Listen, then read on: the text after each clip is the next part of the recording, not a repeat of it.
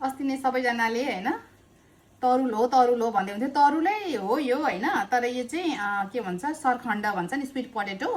यो चाहिँ पर्पल वाला पोटेटो हो, स्वीट पोटेटो नै हो हुन चाहिँ हैन। नेपालमा सखरखण्ड नै हो यो। अनि यो नेपालमा चाहिँ मलाई थाहा भएन पाउँछ पाउँदैन हैन, तर अर्को खाले तरुल चाहिँ सेम टु सेमै हुन्छ। त्यो वन तरुल हो कि घर तरुल हो कि के भन्नेहरू हैन, पर्पल कलर हुन्छ। हेर्नु यहाँ अघि मैले तपाईँहरूलाई देखाएँ नि, त्यहाँ उमालेर पनि देखाएँ हैन। यस्तो दामी हुन्छ है यो। म यहाँले काटेर पनि देखाउँछु है त तपाईँहरूलाई। कस्तो दामी कलर छ ए पर्पल, हेर्नु त ल। त्यो स्वीट पोटेटोकै फ्यामिलीमा पर्छ है पर्न चाहिँ।